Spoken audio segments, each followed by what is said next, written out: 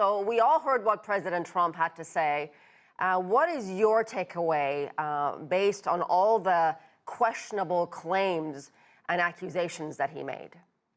Well, I think Trump walks into a pretty problematic and contentious place, partly because many of the traditional American allies, for example, Canada, the United Kingdom, Australia, are in a not as close place with the United States at this particular time. So the allies are a little bit far removed, many of them.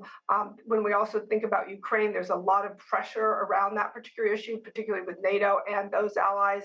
And then when you think about the situation in Gaza with the Gaza war, there are many countries that have moved just within the last 24 hours, many of which are close to the United States, to moving towards recognizing Palestinian statehood. So there's a lot of issues on the table.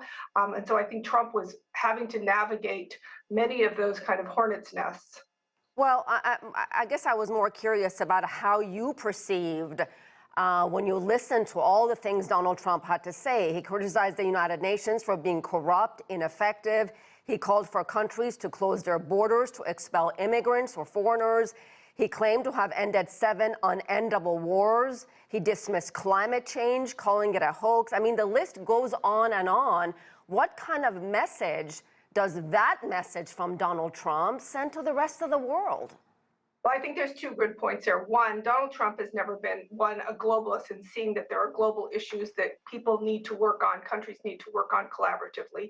2, he's not a multilateralist, which means that he's never been willing to sit down with more than one country. He really does bilateral, one-on-one, and he's never seen a venue like the United Nations as an appropriate place. He likes the UN for its performative. He likes to show up, he likes to give the speeches, he likes to try to make a joke, but he doesn't see partnership and collaboration with multiple countries as a solution to the problems facing the United States. In terms of the consequences, there's consequences for dealing with those issues. There's consequences for the United Nations, particularly the cutting of UN budget that the US allocated, and there are consequences for US allies when they don't feel that they have a partner in the room.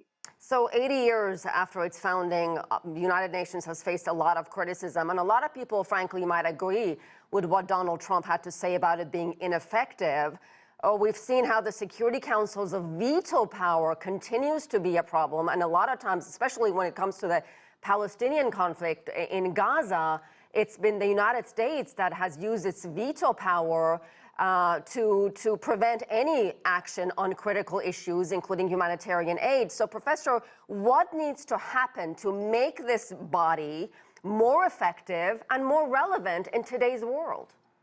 So I always point out that the UN is an organization of organizations, right? So you've got everything from the World Health Organization to UNICEF to the UN Security Council.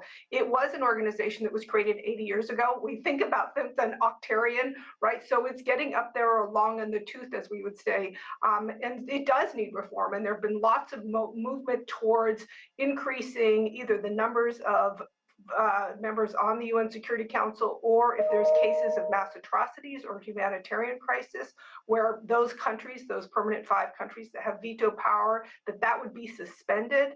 The US, in terms of Israel, that's a very long history that goes way back, long before Donald Trump, in terms of US support of Israel as its ally. That's probably not going to change anytime soon, but there are elements that say we can work past this. I'll just say one other thing. The great power politics between the more powerful countries right now is at a height, and they are the ones that are also represented in the UN Security Council. So it's not surprising that you're going to see a stalemate in terms of moving things forward if any strategic interests are at stake. All right, Professor Alynna Lyon, thank you. Thank you so much.